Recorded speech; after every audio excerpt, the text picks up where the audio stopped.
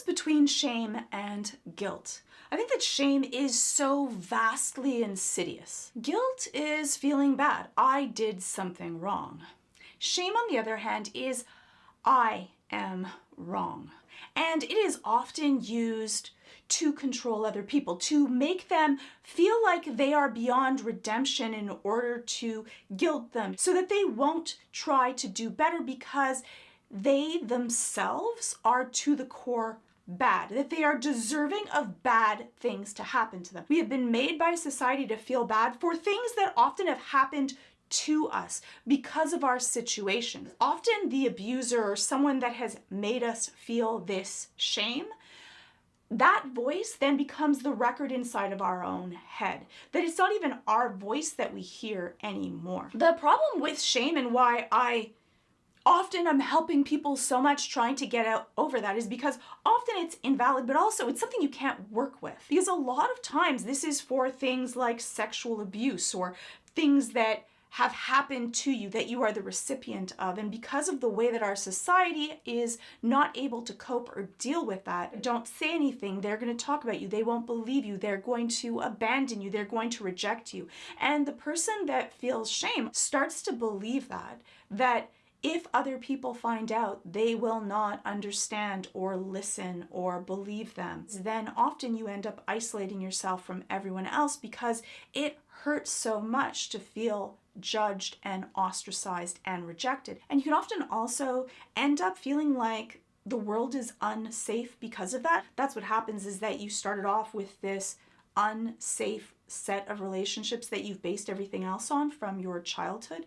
We form our feeling of attachment and safety from having safe parental role models and feeling loved and cared about. And without that, we can often feel shame. We feel shame for being poor, for being abused, for being hurt, from being beaten. When a lot of people have had that happen, we often feel like, well, it must be our fault. It can't be that so many other people would be doing this. It must be because of us. We don't deserve love and care. It often becomes self-fulfilling. One is you could often test out the relationships constantly, sabotage them, hurt them, because you're so sure that they're going to leave or hurt you anyways that you almost set up traps around you for people to fall into, and then it ends up proving that proof of concept. You see, I knew it. You can end up being fragile to the relationships around you because it's so painful to hope or trust or believe, and then when someone doesn't live up to that expectation, it's soul crushing and you can just come crashing down. And this is often used in abuse cycles. Someone will bring up things that you've done or done wrong and not say it as you've done something wrong, but that you are wrong because of this, trying to break down your self-esteem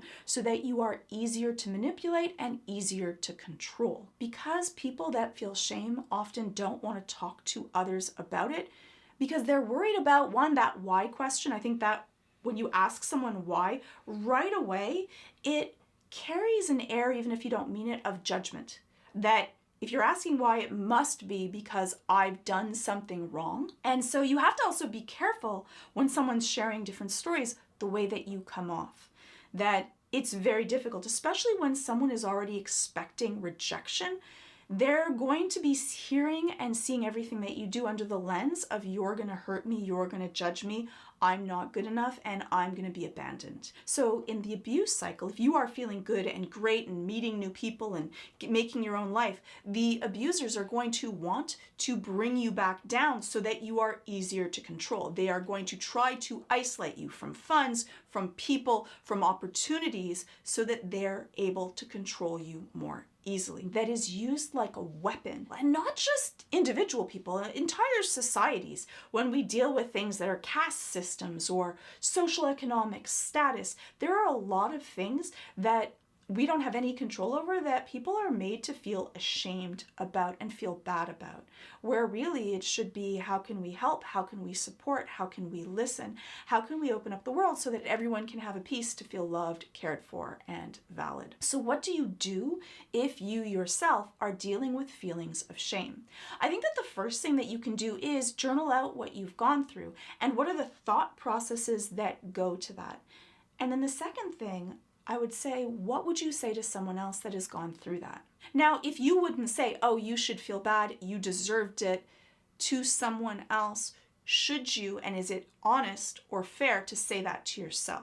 And the second thing would be find safe support groups, people that you can talk to that are comfortable. You don't want to trauma dump to someone that may not be able to handle it or isn't prepared with the tools to be able to deal with this, because we're not taught to be able to deal with this. And so sometimes someone may be trying to help but not know how. The problem is that with that feeling of shame, you often are isolating yourself. You don't want to share it. And with that isolation, shame can thrive like a mold, and it just grows within yourself because you're not letting it see the light and not opening up about what you are going through. People are much more aware now, but again, you also don't want to just share your situations with people that may not be safe or may not understand.